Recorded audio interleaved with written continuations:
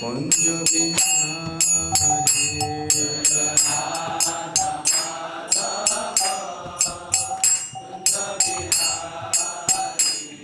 জয় রাধা মাধব কুঞ্জ বিহারী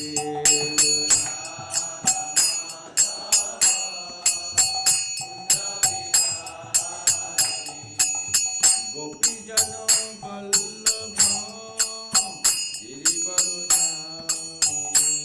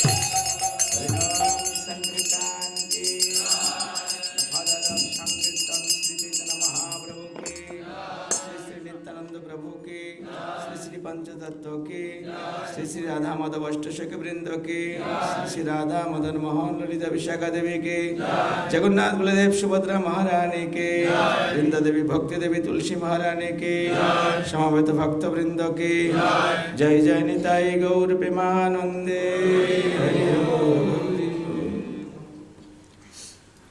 ओम अज्ञानतिमिरन्धस्य ज्ञानाञ्जनशलाकया चक्षुरुन्मीलितं येन तस्मै श्रीगुरवे नमः।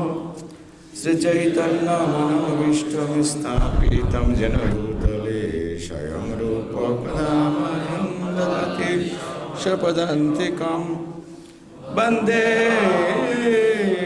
अहं श्री गुरु श्री युतपदकमलं श्रीगुरुन् वैष्णवंश्च श्रीरूपं सग्रजातं सगुणो रघुनाथं नितं तं सजीवं साद्वैतं सवधूतं परिजनसहितं कृष्णचैतन्यदेवं श्रीराधाकृष्णपादान् सहगणललिता श्रीविशाखान्वितं नमोऽयं विष्णुपदाय कृष्णप्रेष्ठाय भूतले श्रीमते भक्तिवेदान्त स्वामिने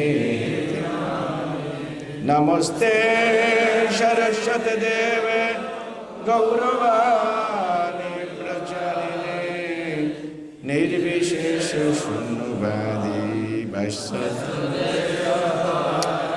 वाञ्छाकल्पतरुभ्यश्च कृपा सिन्धुभ्येव च पतितानां पावनेभ्यो वैष्णवेभ्यो नमो महावदन्नाय कृष्णप्रेमप्रदायते कृष्णाय कृष्णचैतन्यो नाम्ने गौरवती हे कृष्ण करुणा सिंधु दीनबन्धु जगत्पते गोपेश गोपिका कांत राधा कांत नमस्ते तप्त कंचन गौरांगी राधे वृंदावनेश्वरी देशभानुसुते देवी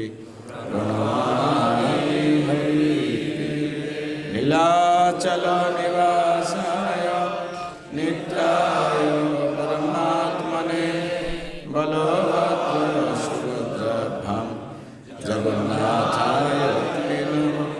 जय श्री कृष्ण चैतन्य प्रभु नित्यानंद श्री अद्वैत गदाधर श्रीवासादि गौरभक्तवृंद। हरे कृष्णा कृष्ण कृष्ण हरे हरे हरे राम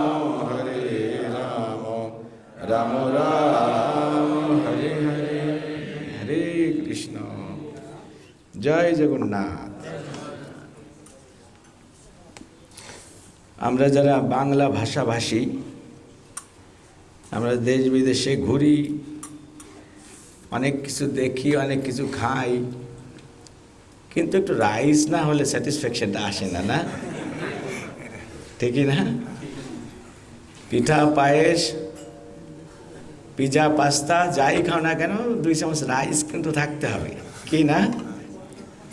রাইস হচ্ছে আমাদের অন্নের প্রতি আমাদের একটা বিশেষ আকর্ষণ আছে, কিন্তু তা না খেলে না তুষ্টি না পুষ্টি লাভ হয়, ঠিকই না? ঠিক সেরকম কলিযুগে যারা ভক্তি অনুশীলন আমরা করতে চাই,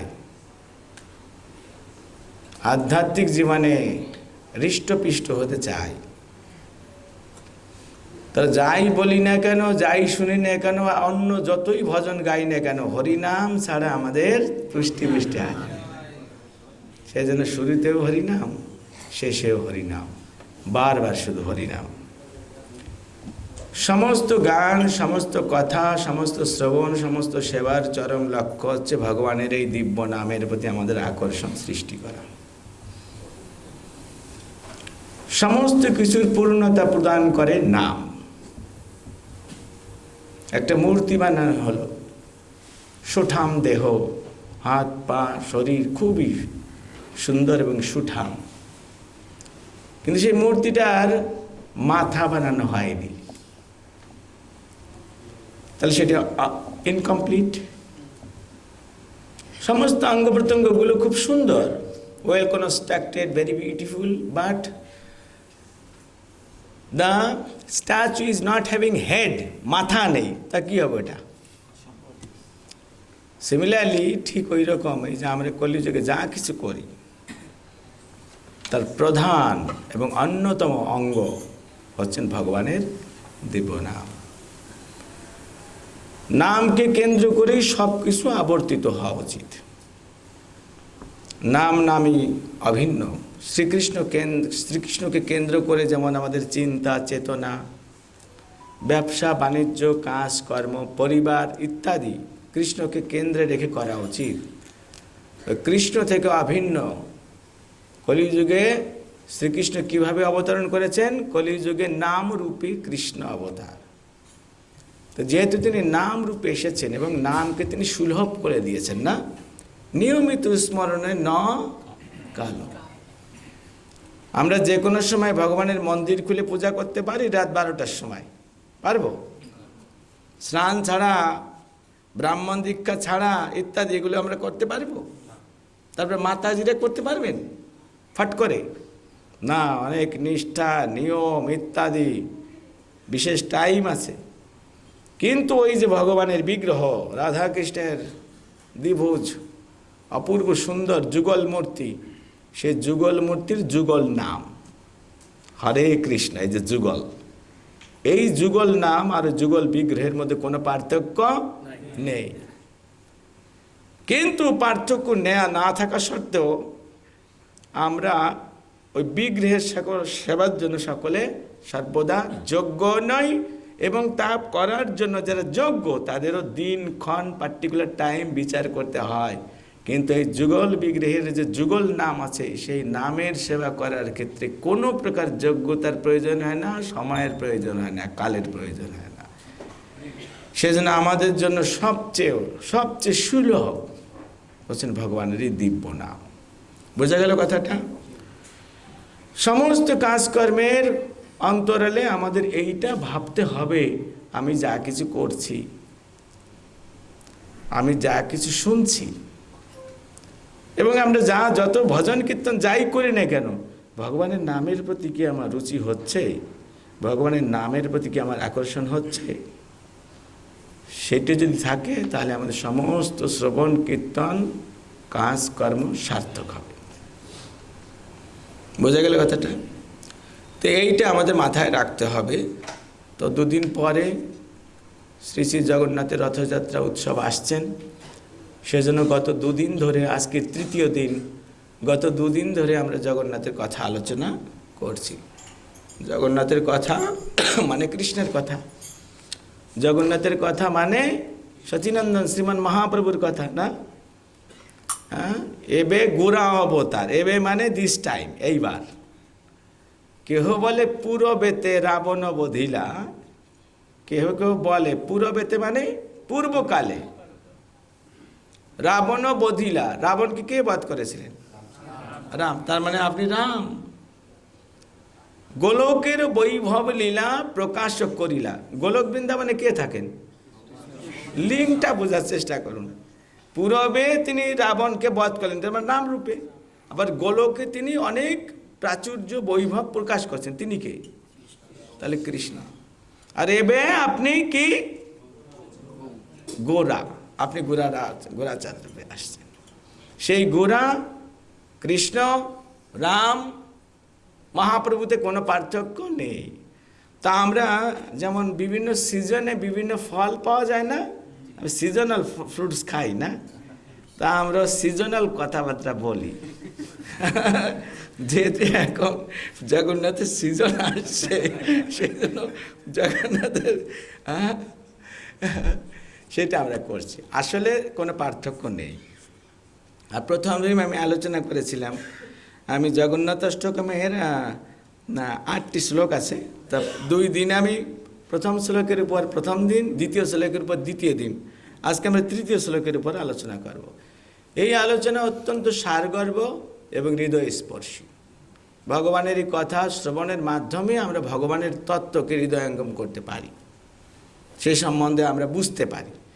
এবং যখন আমরা ভগবত তত্ত্ব বিজ্ঞানকে বুঝতে পারবো, তখন ভগবানের প্রতি আমাদের আসক্তি বর্ধিত হবে এবং জড়জগতের প্রতি অনাসক্তি উৎপন্ন হবে। যেখানে ভক্তিভাব, সেখানে জ্ঞান এবং বৈরাগ্য অটোমেটিক্যালি হৃদয়ে প্রকাশিত হবে।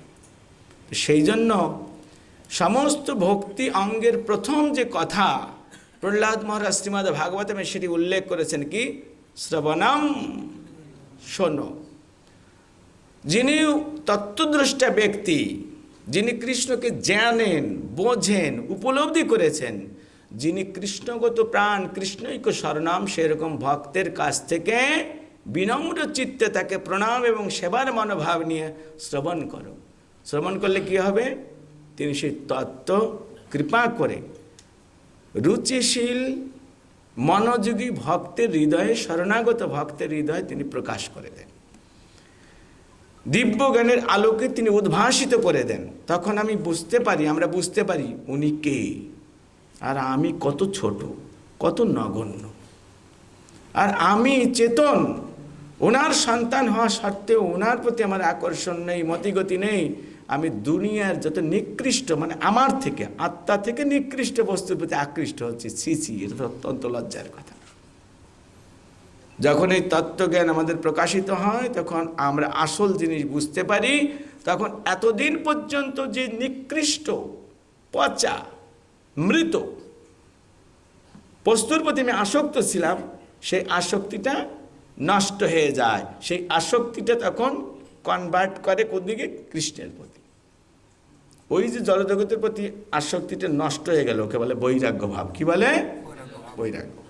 আর ভগবানের প্রতি আসক্তি বর্ধিত হলো, এটা হচ্ছে ভক্তিভাব। বোঝা গেল কথাটা? তো সেই জন্য মহাজন যেন গত সপন্থা, মহাজনেরা যেভাবে আচরণ করেছেন, যেভাবে বলেছেন, আমাদের সপন্থা, ওই পন্থাকে আমাদের স্বীকার করতে হবে। সেটি কীরকম? শ্রীমান মহাপ্রভু রথযাত্রার সময় জগন্নাথকে প্রণাম করে বিভিন্ন স্তব স্তুতি করতেন।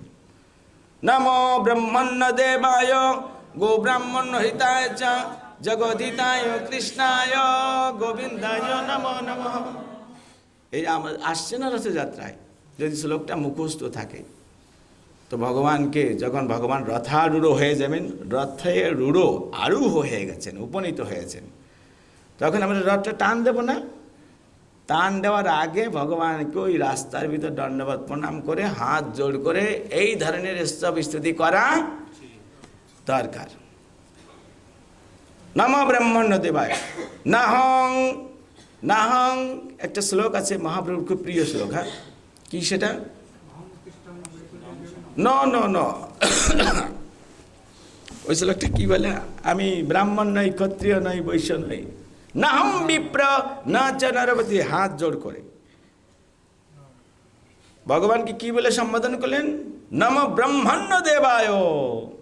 তিনি এমনকি সমাজে যে 4 বর্ণ আছে, তাদের মধ্যে শ্রেষ্ঠ বর্ণ তারা হচ্ছে ব্রাহ্মণ। হে ভগবান, আপনি ব্রাহ্মণদেরও পূজিত। গুরু ব্রাহ্মণ হিতায় চ জগদ্ধিতায় কৃষ্ণায় গোবিন্দায় নমো নমঃ। কৃষ্ণের গুণকীর্তন করলেন। আজকে আমরা পিকনিকে গিয়ে যে পয়েন্টগুলো আমরা বলেছি না, কৃষ্ণের মহিমা কীর্তন করলেন। এখন নিজের মহিমাও কীর্তন করতে হবে। সেটা কি? নাহং বিপ্র, আমি ব্রাহ্মণ নই, ন চ নরপতি নাপি বৈশ্য ন শূদ্র। নাহং বিপ্র ন চ নরপতি নাপি বৈশ্য ন শূদ্র। নাহং বর্ণী ন চ গৃহপতি ন বনস্ত জ্যোতির্বা কিন্তু প্রদ্যুম নিখিল পরমানন্দ পূর্ণ মেতাবদে। হে জগন্নাথ, তুমি গোপীর ভর্তপদ কমলের দাস ও দাসানুদাস। এইটা কৃষ্ণকে সিওরিটি দিতে হবে। প্রভু, আমি আপনার নিত্য দাস। আমি ব্রাহ্মণ নই, আমি গৃহস্থ নই, আমি সন্ন্যাসী নই, আমি রাজা নই, আমি প্রজা নেই, আমি এই জগতের কোনো প্রকার ম্যাটেরিয়াল ডেজিগনেশন দ্বারা প্রভাবিত হই না। তোমার গৌরাঙ্গ রূপে যে শিক্ষা, যে কৃষ্ণের স্বরূপ হয় নিত্য দাস, আমি হচ্ছি দাসও না, আমি তোমার দাসের দাস। এই যে তোমাকে আমি সেবা করতে যাচ্ছি, তুমি নিজ গুণে এই সেবা গ্রহণ করুন। এইগুলি মহাপ্রভু নিজেই করেছেন, স্বয়ং ভগবান।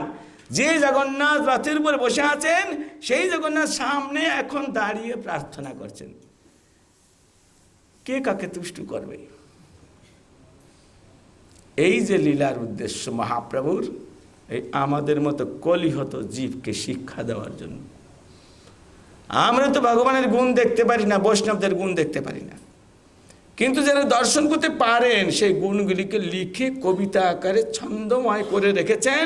কমসে কম তারা যদি এগুলো রিপিট করে, রিপিট মানে পুনরাবৃত্তি করেন, তবুও ভগবান আমাদের প্রার্থনা রূপে সেটা স্বীকার করে নেবেন। তো এইগুলি করতে হবে। তারপরে মহাপ্রভু, আমরা বলেছি, ভগবান শিব যখন এই জগতে কৃষ্ণ কর্তৃক আদিষ্ট হয়ে এসেছিলেন কলিযুগে, তখন তিনি তার নাম হয়েছিল শ্রীপাদ শঙ্করাচার্য। সেই ইতিহাসটা আমরা বৈষ্ণব সাহিত্যের ইতিহাসও আমি সেদিন প্রথম দিন বলে দিয়েছিলাম। কার কার মনে আছে হাত উঠান। কি দেখো, কেউ কেউ ভাবছে যে হাত উঠাই যদি কিছু জিজ্ঞেস করে तो प्रेस्टीज का मामला बन जाएगा। अतः चुपचाप रहो, शांति बना के, बस खत्म। ना एक हाथ उठाते হবে আর মুখে একটু দমটা দিতে হবে। কেন আমার এখানে, আমি এখানে এসেছি কেন, আমি গুরু মহারাজের প্রভুপাদের পক্ষে প্রতিনিধি, তাদের মেসেজ মানে সংবাদ নিয়ে এসেছি। কেন আপনারা প্রতিদিন অনেক কাজ করেন, ক্লান্ত শরীর, শ্রান্ত মন, তার মধ্যে কৃষ্ণ ভবনের প্রেরণা সঞ্চারিত করার জন্য আমরা আসি, আপনাদের নির্দেশে সঞ্চার করার জন্য আসি। কিন্তু আমাদেরও তো প্রাণের সঞ্চারের দরকার আছে, ঠিক কি না? আমরা তো ভগবানের মতন অনাদি অনন্ত নই, আমাদের মধ্যেও লিমিটেশন আছে। তো লিমিটেশন মানে কি? তা আমি যেমন অন্যকে প্রেরণা দিচ্ছি, আমারও প্রেরণা দরকার আছে। তা আমি দিচ্ছি, আপনারা নিচ্ছেন, তখন আপনারা নিলেন কি না, হজম হলো কি না, যখন চেক করতে গেলাম চুপচাপ, বাবু আপনি চালিয়ে যান, আমরা আসি।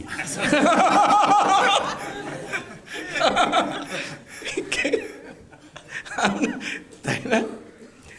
এই যদি মুডটা হয়, সার্বভৌম ভট্টাচার্য মহাপ্রভু ইয়াং বয়স 24 বছর বয়সে সন্ন্যাস নিয়ে যখন জগন্নাথপুরীতে গিয়েছেন, প্রথম দিনেই এমন প্রেমের ভাব দেখিয়েছেন, যেমন অগ্নির সামনে একটা মোমবাতি যত কাছে নেওয়া যায় তত গলে।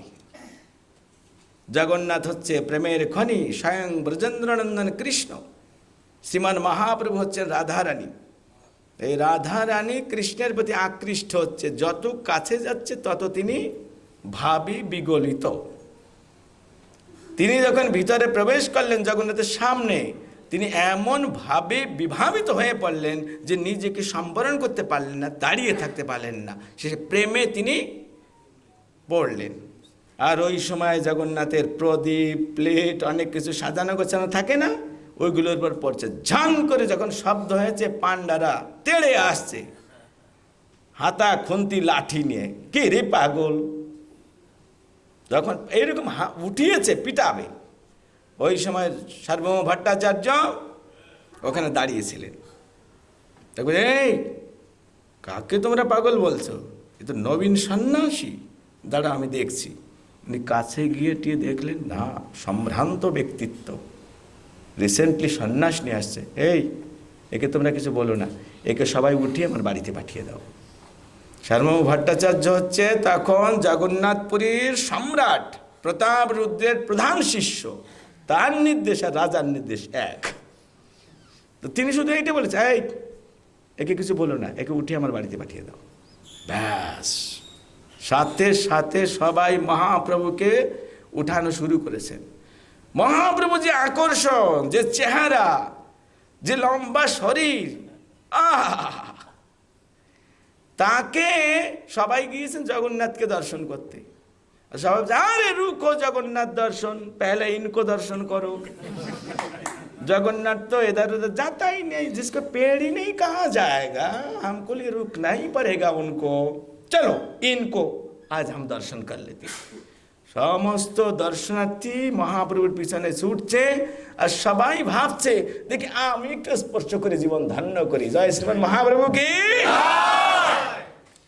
ক্ষুধার্ত পিঁপড়া 3-4 দিন খায় না, এমনি তাদের শরীর হালকা পাতলা, তারপরে যদি ক্ষুধার্ত হয়, আর এরপরে রাজবাড়ির থেকে একটা অন্নদানা পড়েছে ওই পিঁপড়ার পথে। কয়েক হাজার পিঁপড়ে, দানা হলো একটা। আপনারা জানেন তখন কি হয়? কি হয়? একটা অন্নকে কভার করতে কতগুলো পিঁপড়া লাগবে? 50, 60, 100, 200, 300, কিন্তু কয়েক হাজার পিঁপড়া। তো যে পিঁপড়াগুলি কাছে দানাটাকে ধরেছে, ধরে ভাবছে যে কি আর কোনো গ্যারান্টি নাই, সিকিউরিটি নেই, যদি কুকুর বিড়াল এসে আমাদের খাবার শেষ করে দেয়, সেজন্য তাকে বহন করে তাদের গর্তে নিয়ে যেতে চেয়েছে না। আর সমস্ত ক্ষুধার্ত পিঁপড়াগুলি যখন টের পেয়েছে এই তো ভোজন, সবাই গিয়ে তা খেতে যাচ্ছে, কিন্তু ধরার স্পর্শ করার জায়গা নেই। তো যারা অলরেডি স্পর্শ করেছেন, ধরেছেন, তাদের হাত পা ধরে আছে যে কমসে কম একটু কানেকশন, গন্ধ লাগুক, আমাদের জীবন ধান্য হবে। মহাপ্রভু হচ্ছেন ওই রকম, যিনি সমস্ত বদ্ধ জীবের আধ্যাত্মিক ক্ষুধাকে নিবারণ করতে পারেন, যার কৃপায় ধন্য হয়ে জীবের সমস্ত প্রকার দুঃখ শোক নষ্ট হয়ে যায়, সেই মহাপ্রভু জগন্নাথ, অচল জগন্নাথ সামনে সচল জগন্নাথ রূপে এসেছেন। আর সার্বভৌম ভট্টাচার্য যখন বলেছেন একে উঠিয়ে আমার বাড়িতে নিয়ে যাও, তখন আমরা অনন্ত কোটি ওখানে যারা লোক ছিল, তারা এই আধ্যাত্মিক ক্ষুধায় তারা কাতর ছিল, তারা ভগবানকে স্পর্শ করে দর্শন করতে তাদের আধ্যাত্মিক জীবন এবং ক্ষুধাকে তুষ্টি পুষ্টি করতে চেয়েছিলেন। তো সবাই চেয়েছেন আমি একটু ধরি, আমি একটু ধরি। কয়জন ধরবে? কয়জন ধরবে? ওই পিঁপড়ার উদাহরণটা, পিঁপড়া যেমন কয়েকটা পিঁপড়া সে একটা দানা উঠাতে পারে, কিন্তু কয়েকশো পিঁপড়া তাকে ধরেছে, আর বাকি পিঁপড়াদের ধরার সৌভাগ্য নেই, সুযোগ হচ্ছে না। মহাপ্রভুকে ওই রকম ভালোবাসার আতিশয্যে, যেহেতু তিনি স্বয়ং কৃষ্ণ, সমস্ত জীবকে এমন আকর্ষণ করেছেন, সবাই আকৃষ্ট হয়ে মহাপ্রভুকে উঁচু করে নিয়ে যেতে চাচ্ছেন, কিন্তু ধরার সৌভাগ্য হচ্ছে না। যারা অলরেডি ধরেছেন তাদেরকেও স্পর্শ করে মনে করছে আমার জীবন ধন্য হবে। মহাপ্রভুকে যখন ওখানে নিয়ে গেলেন, তখন দেখলেন অচেতন অবস্থায়। কিছুক্ষণ পরে নিত্যানন্দ প্রভু আরও মুকুন্দ দত্ত ইত্যাদি ওনারা এলেন, খুঁজতে খুঁজতে টের পেলেন এ পাগল না, এ সন্ন্যাসী, ভাবে গদগদ। তখন সার্বভৌম ভট্টাচার্য সারা ভারতবর্ষের মতো শ্রেষ্ঠ বেদান্ত দার্শনিক, 1 নাম্বার প্রফেসর, সবাই ওনার কাছে গিয়ে বেদান্ত দর্শন শেখেন, তারপরে সন্ন্যাস নেন। বিভিন্ন মায়াবাদী সম্প্রদায়ের বিভিন্ন সন্ন্যাস গ্রুপ আছে, সাগর, গিরি, হ্যাঁ, এরকম বিভিন্ন ভারতী বিভিন্ন সম্প্রদায় আছে। কিন্তু উনি বিচার করে দেখলেন যে এই যে সন্ন্যাস নিয়েছেন, ক্যা পাতা কিসে লিয়া, এ একটু উঁচু ক্যাটাগরি সন্ন্যাস হয়নি। আর এই বেদান্ত পড়ে না, শাস্ত্র জানে না, কেবল ধেই ধেই করে হরে কৃষ্ণ বলছেন, নাচছে, এ কি? তখন সার্বভৌম ভট্টাচার্য তার পার্শ্বদেরকে, বিশেষ করে তার শালা গোপীনাথ আচার্যকে বললেন, এই ভাব দিয়ে চলবে না, শাস্ত্র জ্ঞান দরকার। ওকে বলো আমার পাঠশালায় কাল থেকে বসতে। বুঝুন, এখন অনেক ছেলেরা বসে, পড়ুয়ারা, বেদান্ত শেখার জন্য, আর মহাপ্রভুকে নির্দেশ দিয়েছেন। মহাপ্রভু ঠিক আছে আমিও বসবো, কিন্তু সার্বভৌম ভট্টাচার্য জানে না যে মহাপ্রভু সুই হয়ে ঢুকছে আমাকে ঘায়েল করার জন্য। কেন এইরকম অহংকারী সর্বশ্রেষ্ঠ পাণ্ডিত্যের গর্বে গর্বিত যিনি, তার কাছে কি এরকম পাণ্ডিত্যপূর্ণ অ্যাপ্রোচ মানে যাওয়া যাবে না। এক পণ্ডিত আরেক পণ্ডিতকে সহ্য করতে পারে না, ঠিক কিনা? সেজন্য মহাপ্রভু বিনম্র হয়ে গেছে, ধীরে ধীরে যা বলে তাই শুনি, পরে গুলি তো করবই। ওইভাবে গিয়ে শুনছেন, এইভাবে ভাবে বসে আছে, আর ইনি কিন্তু লেকচার দিয়েই যাচ্ছে। প্রতিদিন লেকচার দিতে দিতে দিতে দিতে 7 দিন হয়ে গেছে। না দমও দিচ্ছে না, কিছু করছে না। সারবাবু ভট্টাচার্য ভাবছে ধুত আমাদের বেকার লেকচার হয়ে যাচ্ছে। আচ্ছা, তোমরা এই যে আমি যে লেকচারগুলি দিচ্ছি স্টুডেন্টদেরকে জিজ্ঞেস করছেন, তোমরা কি কিছু বুঝেছো, কেমন লাগছে? তো মহাপ্রভু ছাড়া সবাই বলছে, সবাই কি বলছেন? অপূর্ব, আপনি যে ব্যাখ্যা দিলেন জলের মতন হয়ে গেছে। তো ওনার শুনে খুব ভালোই লাগছে, কে আওয়াজ হয়। আরে কিন্তু ওই যে ব্যাস এই ভেবে বসে আছে। আসলে তারা সার্বভৌম ভট্টাচার্যের প্রশংসা করছে, ভালো লাগছে বলে। সার্বভৌম ভট্টাচার্যের মান তুষ্ট হয়নি, তার তুষ্টি পুষ্টি হবে কি বলে। আরে এ চুপচাপ, এ মানে মহাপ্রভু। মহাপ্রভু চুপচাপ হয়ে বসে আছেন। তারপর বলছেন, শ্রী চৈতন্য এরা যে আমার কথার, আমার ব্যাখ্যা বিশ্লেষণের প্রশংসা করলো, তোমার কি সেই অভিমত? মহাপ্রভু তখন মাথা উঁচু বললেন, না, তুমি এতদিন যা ব্যাখ্যা করছো সব ভুল। কি? তুমি আমার নাম ধরে ডাকো, জানো আমি কে? এইভাবেই করছে, আমার ব্যাখ্যা ভুল। তখন মহাপ্রভু দাঁড়িয়ে দিয়ে গিয়েছেন, আর মহাপ্রভু বলছেন, আপনি এই শ্লোকগুলি পড়ে যে ব্যাখ্যা দেন, ওই শ্লোক যখন পড়েন, পড়ার সাথে সাথে আমি বুঝে ফেলি, কিন্তু ব্যাখ্যা যখন দিচ্ছেন সেটা আমার কাছে দুর্বুদ্ধ। তার মানে আপনি সূর্যকে মেঘ দিয়ে আবৃত করার মতন চেষ্টা করছেন। সমস্ত শাস্ত্র জ্ঞান শ্লোক পড়ার সাথে সাথে আমার কাছে প্রতিভাত হয়ে যায়, কিন্তু আপনি যে ব্যাখ্যা দিচ্ছেন না, সেটা আমার কাছে আসছে না, এটা ভুল। এরকম বলে তিনি মহাপ্রভু ঝাড়লেন শাস্ত্র, যে তুমি মায়াবাদী, ভগবানের অপূর্ব দিব্য রূপকে তুমি নিরাকার বলে ব্যাখ্যা করছো, সেটা আমরা মানতে পারি। তখন মহাপ্রভু তাকে এইভাবে যখন উল্টা প্রবচন শুনিয়ে দিয়েছেন, ও হয়ে গেছে। যাই হোক, আমি এদিকে আর বাড়াবো না, আমি যে কথা বলতে চাচ্ছি, তুই যে কথা যারা বলেন, যারা আমাদের টিচিং দেন, তাদেরকেও প্রেরণা দরকার আছে। সার্বভৌম ভট্টাচার্য 7 দিন পরে স্তব হয়ে গেলেন, আর কি বলবো, এ কিচ্ছু বলছেও না, হাও না, নাও না। তো সেই জন্য আপনাদের একটু ভালো করে বুঝতে হবে, আমরা যারা আসি, আমরা যদি ভুল ব্যাখ্যা দিই তাও বলতে হবে, যেমন মহাপ্রভু বলেছে। আর যদি ঠিক ব্যাখ্যা হয় তাহলে হৃদয়ঙ্গম করতে হবে, সেটা মনে রাখার চেষ্টা করতে হবে। হরি কথা ইউজ অ্যান্ড থ্রো নয়, একবার শোনা ব্যাস খতম হয়ে গেল না। হরি কথা ইজ ইটার্নাল, নিত্য। এটা আমাদের এখন বদ্ধ দশা থেকে মুক্ত করে নিত্য জীবন প্রদান করবে। সেজন্য এই জিনিসটা আমাদের হৃদয়ঙ্গম করার চেষ্টা করতে হবে। তো শ্রীমান মহাপ্রভু যেমন অন্যান্য স্তবস্তুতিও করতেন, নিয়মিতভাবে তিনি জগন্নাথ অষ্টকম পাঠ করতেন। কদাচিৎ কালিন্দী তটে বিপিন সঙ্গীত তরব মুদাভিরি নারী বদন কমলাসদ মাধুপম রমা শম্ভুর ব্রহ্মরমরপতি গণেশার্চিত পদ জগন্নাথ স্বামী নয়ন পথগামী ভাব তুমি ভুজে সব্যে বেনুম শিরশি শিকি পিচ্ছম করি তটে দুকুলং নেত্রান্তে সহচর কটাক্ষ বিদধাতে সদা শ্রীমদ বৃন্দাবন বসতি লীলা পরিচয় জগন্নাথ স্বামী নয়ন পথগামী ভাব তুমি। এইভাবে 8টা শ্লোক মহাপ্রভু এরকম বলতেন।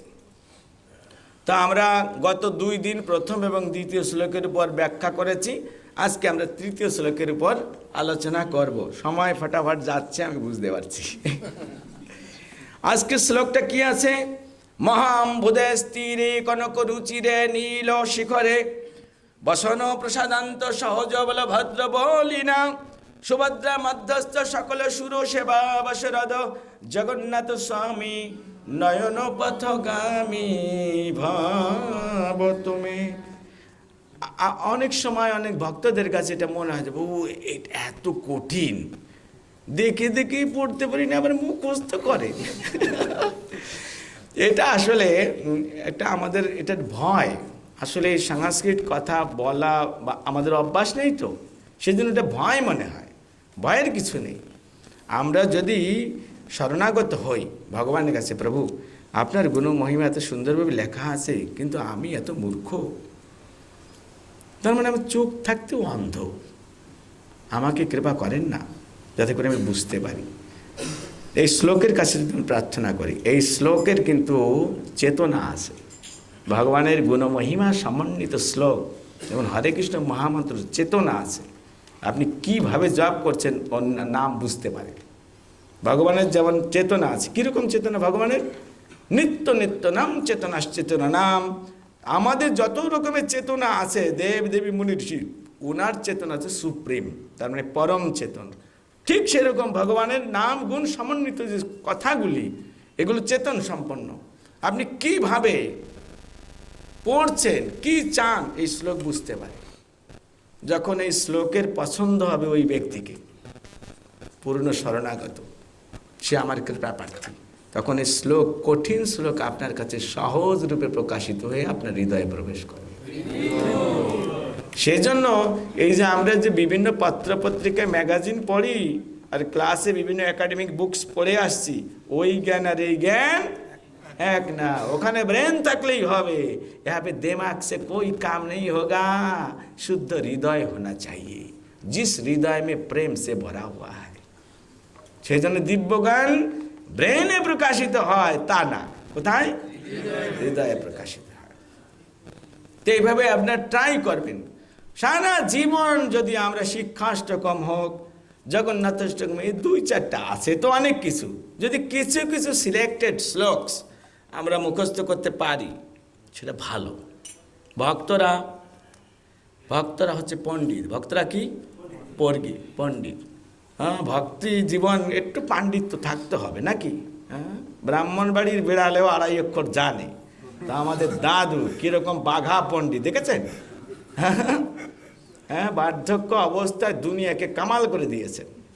তা আমরা তার নাতি, একদম যদি কিছু না বেরোয়, প্রভুপাদের আমাদের বদনাম হয়ে যাবে যে এই বংশের ছেলে বুলি করলেও তো কিছু তো বেরোয় না মুখ থেকে। তো কিছু শিক্ষা থাকতে হবে। মা ও ভগবানের ভক্ত মানে সমস্ত গুণে গুণান্বিত থাকবে। হ্যাঁ, পরিমাণে বেশি না হলেও কিছু তো থাকা উচিত, ঠিক কি না? তো সেই জন্য প্রচেষ্টা করতে হবে, চেষ্টা করুন। আমি যদি নিতাই দেবের কথা বারবার বলি, ওর নামটা উদাহরণ দেই, টিটনের নামটা বেশি বেশি উদাহরণ দেয়, তা বুঝতে হবে প্রভুদের প্রতি একটু বেশি। হ্যাঁ, ঠিক সেরকমই কথাগুলো যদি বারবার পড়ি, শ্লোকগুলি যদি বারবার বুঝি, উনিও বুঝে ফেলে হামসে প্রেম করতে হয় এ লড়কা।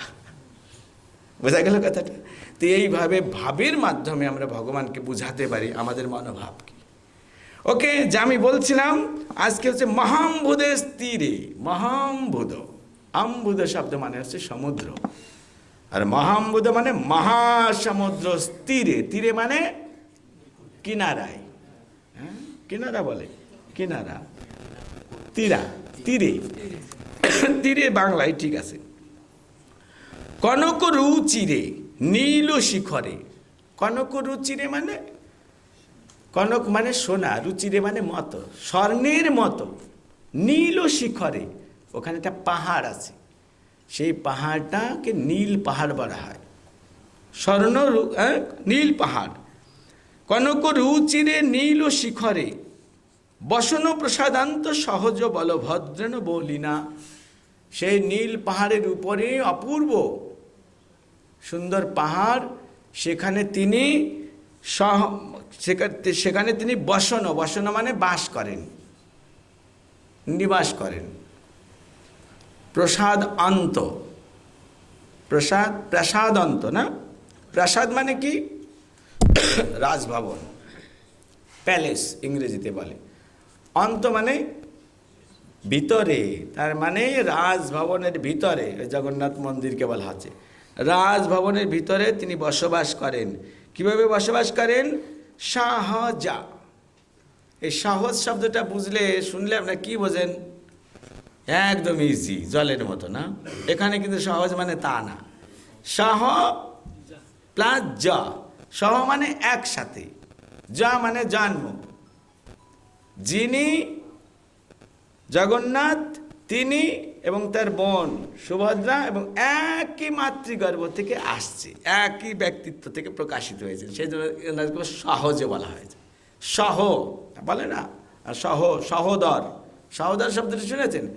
একই উদর থেকে যারা জন্মগ্রহণ করে তার সহ, ঠিক সেরকম এই তিনজনকে সহজে বলা হয়, একই জায়গা থেকে এনাদের আবির্ভাব হয়েছে। বলভদ্রন বলি না, বলভদ্রন মানে এই বলরামকে বোঝাচ্ছে, খুব শক্তিশালী বলি না। আর কি সুভদ্রা মধ্যস্থ, মাঝখানে কাকে দেখছেন? সুভদ্রা মধ্যস্থ সকল সুর, সমস্ত সুরদের, সুর মানে দেবতা, অসুর মানে দেবগুণ নেই যাদের, অসুর। তো এখানে সুর, সেবা অবসর দ, সেবা যোগ অবসর যোগ দ, সেবা বা শারদ। তার মানে জগন্নাথপুরী মহাসমুদ্রের তীরে রাজভবনের ভিতরে ভাই বোনকে নিয়ে নিবাস করছেন এবং তিনি সমস্ত দেবতাদেরকে সেবার অবসর প্রদান করছেন।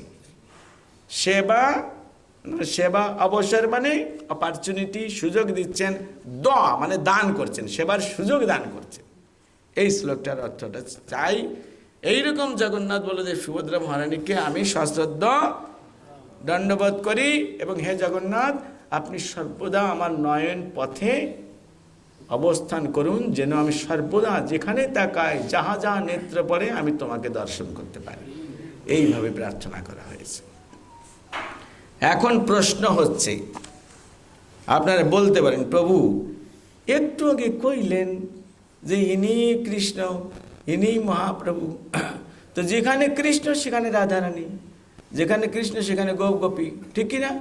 কৃষ্ণ যখন দ্বারকা লীলা করেছেন তখনও অনেকগুলি ওনার মহিষী আছেন, কিন্তু এই জগন্নাথপুরী তো কাউকে দেখা যাচ্ছে না ওনার সাথে, না লক্ষ্মী না গোপী। হ্যাঁ, ঠিক কিনা? আমরা যখন দেখি মায়াপুর লীলায়, সেখানে বিষ্ণুপ্রিয়া লক্ষ্মী দেবী ছিলেন, এখানে তিনি কোথায়? এইটা হচ্ছে জগন্নাথের টেকনিক। কেননা এই দ্বারকা লীলা, ব্রজলীলা, এই লীলা কি? মহিষীদের সঙ্গে দ্বারকাধীশ কৃষ্ণের যে সম্বন্ধ, রাধারানী গোপিকাদের সঙ্গে কৃষ্ণের যে সম্বন্ধ, তাকে বলে মাধুর্য রস। কি বলে? যখন কৃষ্ণ এই সমস্ত জায়গায় অবস্থান করেন এই রূপে, সেখানে মাধুর্য রসের ভক্ত বিনা কেউ প্রবেশ করতে পারে না। এই আমাদের মতন যারা বদ্ধজীব, তাদের তো কোনো কথাই নেই। এমনকি যারা দেবদেবী, দেবদেবীরা ভগবানের কোন রসের ভক্ত? দাস্য রসের ভক্ত। তো এই দেব দেবী মুনি ঋষিরা ভগবানের ওই সমস্ত লীলা থেকে বঞ্চিত হন, সেখানে যেতে পারেন না। তো ভগবান ভাবছেন, আমি তো জগন্নাথ, আমার কাছে আসার, আমার কাছে আবেদন করার, আমাকে দর্শন করার অধিকার তো সকলেরই আছে। তো আমি জগন্নাথ, কৃষ্ণ ভাবছেন আমি জগন্নাথ রূপে যখন লীলাবিলাস করব, তখন আমি এদেরকে মানে গোপী আর মহিষীদের কাছে রাখবো না। তখন আমাদের ভাই বোন, ফ্যামিলি স্ট্যাটাস থাকবে, যে কোনো সময় যে কোনো ব্যক্তি প্রবেশ করবে, তার কোনো রেস্ট্রিকশন থাকবে না। স্বামী স্ত্রী যদি কোথাও থাকে, ফট করে অন্য মানুষ যেতে পারে না। যারা অত্যন্ত অন্তরঙ্গ, তারা বিশেষ পারমিশন, রাইট আর রং? ঠিক সেই রকম কৃষ্ণের ওই রকম লীলায় আমরা তো দূরের কথা, এমনকি দেবদেবীরা পর্যন্ত যেতে পারেন না দর্শন করতে বা সেবা করতে। তাই জগন্নাথ সকলকে সেবা প্রদান করার জন্য জগন্নাথপুরীতে তার ভাই এবং বোনকে সাথে নিয়ে বসে আছে, ভাইকে সাথে নিয়ে বসে আছে। তার মানে জগন্নাথের স্ত্রীকে লক্ষ্মী দেবী। লক্ষ্মী দেবী যখন সমুদ্র মন্থন হয়েছিল সুর এবং অসুরদের মধ্যে, মন্থন করতে করতে সেখান থেকে অনেক কিছু উত্থিত হয়েছিল না? তার মধ্যে লক্ষ্মী দেবীও একজন সেখান থেকে উত্থিত হয়েছিলেন। তো যেহেতু ওইখান থেকে উত্থিত হয়েছেন, সেই জন্য এক বিচারে লক্ষ্মী দেবীকে সমুদ্রের কন্যা বলা হয়। তার মানে লক্ষ্মী দেবীর পিতাকে সমুদ্রদেব। কার সাথে বিয়ে দেবেন এখন? রতনে রতন চেনে, লক্ষ্মী দেবী হচ্ছেন শক্তি, শক্তিমানটাকে জগন্নাথ কৃষ্ণ, তার সাথে সম্বন্ধ হয়ে গেছে। সমুদ্রদেব তার কন্যাকে জগন্নাথের সঙ্গে বিয়ে দিয়েছেন। অথচ এই লীলা আমরা দেখতে পাচ্ছি লক্ষ্মী দেবী নেই এখানে, না, এখানে ভাই বোন আছে। তো লক্ষ্মী দেবী কোথায় আছে? ওই পাশে থাকে, দূরে, জগন্নাথের কাছে থাকেন না, যেন দেব দেবী বা মুনি ঋষিদের আমাদের সামনে আসতে কোনো দ্বিধাবোধ না হয়। লক্ষ্মী দেবী কী করেন? ওখানে রান্না করেন, প্রতিদিন জগন্নাথের জন্য রান্না করেন। 752টা ওভেন, মানে চুলা, চুলা বলেন, চুলা, ওর ভিতর রান্না করেন। আবার একটা হাঁড়ির পর একটা হাঁড়ি 5-6টা চড়িয়ে দেন। কেন? জগন্নাথের বডি দেখছেন? এই যে নাদুস নুদুস কি এমনি হয়েছে হাওয়া খেয়ে? হ্যাঁ, প্রচুর পরিমাণ জগন্নাথ খেতে পছন্দ করে আর খান। আর লক্ষ্মী দেবী হচ্ছে রান্নায় মানে এক্সপার্ট, নাকি? লক্ষ্মী দেবীর একটা প্রকাশিত অন্নপূর্ণা, খুব রান্না করতে পারে। আর লক্ষ্মী দেবীর রান্না ছাড়া জগন্নাথের পছন্দই হয় না। তো যেহেতু লক্ষ্মী দেবী হচ্ছেন পতিব্রতা, সেই জন্য তার প্রভুর ইচ্ছা তিনি সবসময় বাস্তবায়ন করছেন, রান্না করেই যাচ্ছেন। মানে যদিও অনেক অ্যাসিস্ট্যান্ট আছে, 752টা চুলায় রান্না করতে কি পরিমাণ সবজি কাটতে হবে, কি পরিমাণ অন্ন দিতে হবে, আপনি বুঝিয়ে দেখেন। এই 200-250 রান্না করতেই ঘাম ছুটে যাচ্ছে। কি সে আমাদের কুক কে আছে এখানে? সে হয়তো রান্না করেই যাচ্ছে। সে ওই একজন, আরেকজন এই কি নাম যেন, নয়ন নাকি নরেন্দ্র, হ্যাঁ, ওই যে এখানে উপস্থিত নেই। কেন? ফোড়ন দিয়েই যাচ্ছে। কেন? এরপরে তো আপনাদের না, ওরই কথায় তো আর বেশিক্ষণ পেট ভরবে না, হ্যাঁ, তো সেটাও রেডি করতে হবে। তো লক্ষ্মী দেবী ওই এদিকে মিটিং মিছিল করছেন, ভালো মন্দ খাচ্ছেন, আর উনি অন্তরালে in the kitchen she was only cooking and cooking and cooking quintals of rice, quintal of rice রান্না করেই যাচ্ছে, রান্না করে। কিন্তু লক্ষ্মী দেবী বলছেন, প্রভু তোমার তো ভালো মন্দ ভালো পূজা পার্বণ হচ্ছে, মজাই আসো, আমি তো শুধু ঘাম ছুটিয়ে শুধু রান্নাই করে যাচ্ছি, আমারও তো কিছু চেলাবেলা আছে, আমারও তো কিছু ফলোয়ার্স আছে দুনিয়ায়, তো আমাকে একটা কাজ করুন, আমাকে শুধু একটা দিন বছরে ছুটি দেবেন, ঠিক আছে? তো যখন বলছে, হ্যাঁ লক্ষ্মী, এটা কোনো বলার কি অপেক্ষা আছে, তুমি আমার এত সেবা করছো, তোমাকে আমি একদিন ছুটি দিতে পারবো না? যাবে। ব্যাস, জগন্নাথের কাছ থেকে লক্ষ্মী দেবী পারমিশন নিয়ে নিয়েছেন। অগ্রাণ মাস, বৃহস্পতিবার, তিথি অনুসারে সেদিন হচ্ছে জগতে লক্ষ্মী পূজা। লক্ষ্মী সকালবেলা গিয়ে জগন্নাথকে সম্মান শ্রদ্ধা করে বলছে, প্রভু ভাই আজকে আমি বাহার যা রি হু, আজকে আমি বাইরে যাচ্ছি। জগন্নাথ ওকে, নো প্রবলেম। এদিকে গিয়েছেন লক্ষ্মী দেবী মঙ্গলতির সময় খুব সকালে, আর জগন্নাথের বলদেব উঠে কি জানি হাফ প্যান্ট না কি প্যান্ট পরে রাস্তায় দৌড়াতে গেছে, এরকম চলে গেছে। আর লক্ষ্মী দেবী গেছেন পূজা নিতে। তো প্রথমে একটা বাড়িতে গিয়েছেন মঙ্গলতির সময়, দেখছে সব নাক ডেকে ঘুমাচ্ছে। লক্ষ্মীদেবী বলছে, কি এদের কোনো মতিগতি আছে? আজ আমার পূজা, কমসে কম অন্য দিন ঘুমাও ঠিক আছে, কিন্তু আজকে আমার পূজা, আমার প্রতি কোনো শ্রদ্ধা ভক্তি নেই, কি অবস্থা। লক্ষ্মী দেবী গেছে খেপে অভিশাপ দিয়েছে, ধন সম্পদের অহংকার, ভালো ভালো ঘর বাড়ির অহংকার করছিস, নিঃস্ব হয়ে যাবে। লক্ষ্মী দেবী ওখান থেকে চলে গিয়েছে। ধীরে ধীরে ওই পরিবার শেষ। এর থেকে আমাদের ভক্তদের একটা জিনিস বুঝতে হবে, মঙ্গলতিতে উঠা কত গুরুত্বপূর্ণ। আমরা এটা বুঝতে পারি না। মঙ্গলতির সময় মহাভাগবতগণ, যে বিশেষ করে এই হর পার্বতী লক্ষ্মী ওরা এরকম বিচরণ করেন। ভগবান জগন্নাথ মানে কৃষ্ণ মহাদেবকে এই দায়িত্ব দিয়েছেন, গো 3 সন্ধ্যায় তুমি ঘুরে ঘুরে দেখো কারা আমার ভক্তি করছে বা করছে না। যারা করছে না টাইট দাও। ওই জন্য মহাদেব ওই সময় ভূত প্রেত নিয়ে ঘোরে। কেন? ওই ভূত প্রেতরা বলছে, স্যার মহাদেবকে আমরা খুব কষ্টে আছি, ভাগ্য ভালো যে আপনি আমাদের বস হয়েছেন, আপনি ভূতনাথ। শুধু বস হয়ে এখানে বসে বলা বলে ভম বলা করলে তো হবে না, আমাদের এই যে দুঃখ দুর্দশা দূর করেন আপনি, একটা ভালো ব্যবস্থা করে দেন। জগন্নাথ বলছেন সরি মহাদেব বলছেন, ওইখানে খাতা কলম আছে, সিরিয়াল দিয়ে নাম লিখে যাও, পরে সুযোগ হলে আমি তোমার ব্যবস্থা করে দেব। লিস্ট খুব লম্বা হয়েছে, ভূত তো কম না। এটা হলো ফার্স্ট কাম ফার্স্ট সার, যে আগে আসবে তার 1 নম্বর সিরিয়াল পড়বে। এরকম করতে করতে সিরিয়াল পড়ে গেছে। আর মহাদেবকে দেখিয়ে দিয়েছেন, এই যে নাম লিখে গেলাম না, একটা ব্যবস্থা করেন। কিন্তু মহাদেব বলছেন ওকে ঠিক আছে। একটা দিনে 24 ঘন্টায় 3 বার সন্ধ্যা হয়, সেজন্য বলে ত্রিসন্ধ্যা।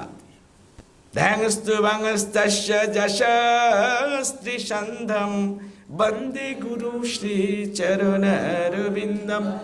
আসলে ভক্তদের জন্য সন্ধ্যা বলে কোনো কথা নেই, ভক্তদের 24 ঘন্টাই ভগবানকে শ্রবণ কীর্তন করার কথা।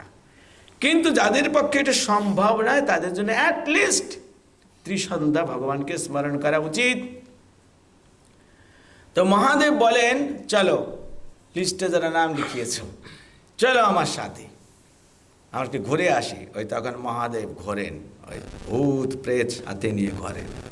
মঙ্গল আরতির সময় ঠিক দুপুরের সময়, সকালের পাঠ শেষ হয়ে যাচ্ছে, বিকালের পাঠ আসছে, ওকে বলে conjunction of the two timing.